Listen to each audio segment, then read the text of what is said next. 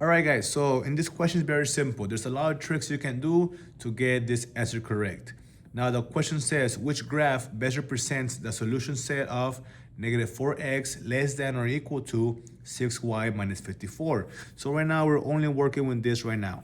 Okay, so let's write down what we have. Negative 4x less than or equal to 6y minus 54. Now, the most important thing here, guys, is that we have to leave the y, which is right here on the left side of the inequality, or wherever they gave you. So, as you can see, my y is on the right side, not on the left. So, what we're gonna do is very simple. We're gonna flip all of this to go to the other side.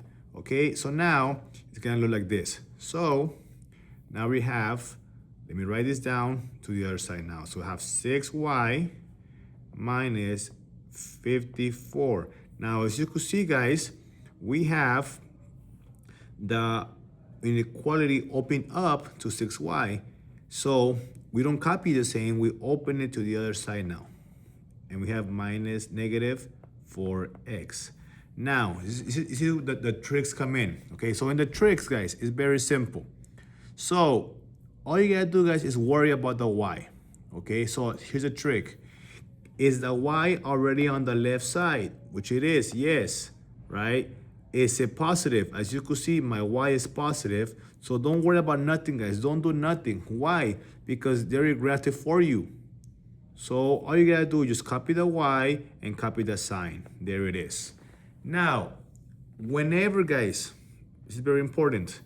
If you have an inequality that it doesn't have nothing at the bottom, it's gonna be dashed, okay?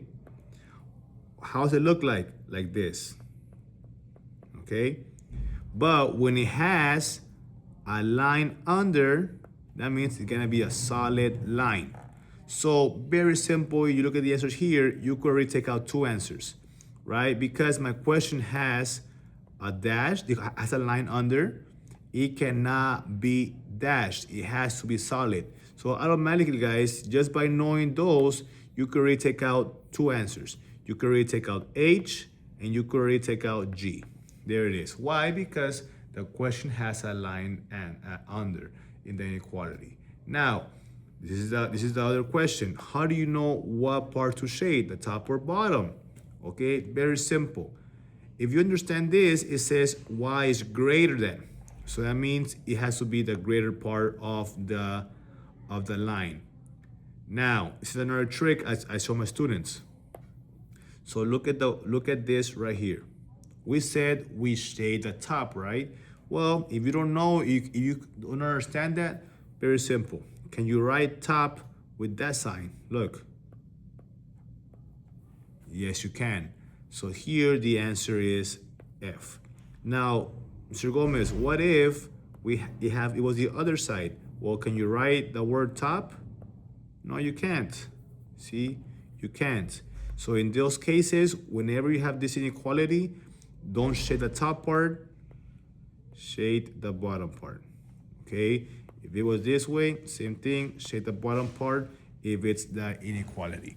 So for example, let's do one more over here.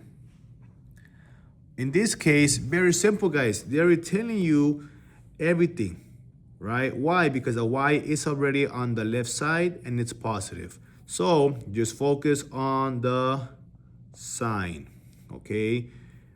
Once again, we have a line under, so that means it's gonna be solid.